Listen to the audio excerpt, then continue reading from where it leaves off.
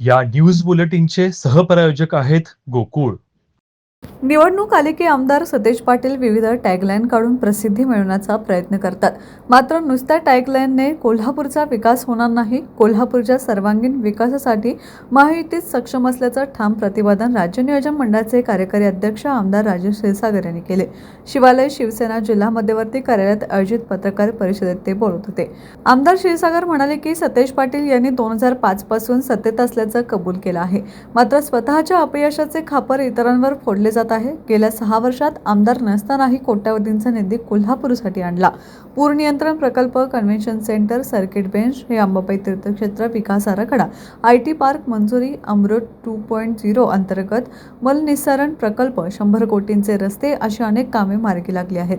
शहरातील रस्ते, पार्किंग, कचरा व्यवस्थापन, उद्यानांचे सुशोभीकरण या प्रश्नांकडे सत्तेत असताना दुर्लक्ष का झाले याचा पंचनामा सतेज पाटील यांनी जनतेसमोर मांडावा, अशी मागणी त्यांनी केली आहे. गणेशोत्सव काळातील पाणी टंचाईवेळी शिवसेनेने तातडीने पर्यायी पाणीपुरवठा यंत्रणा कार्यान्वित केल्याचंही त्यांनी नमूद केलंय.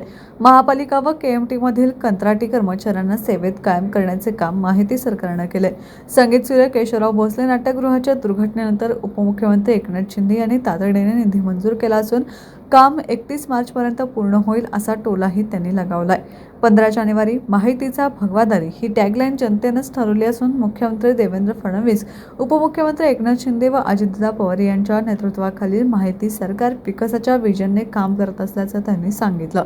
या पत्रकार परिषदेस माजी आमदार जयश्रीताई जाधव, जिल्हा प्रमुख सुजित चव्हाण, महानगर प्रमुख शिवाजी जाधव, ग्रामीण जिल्हा प्रमुख विजय बोलुखडे आदी उपस्थित होते.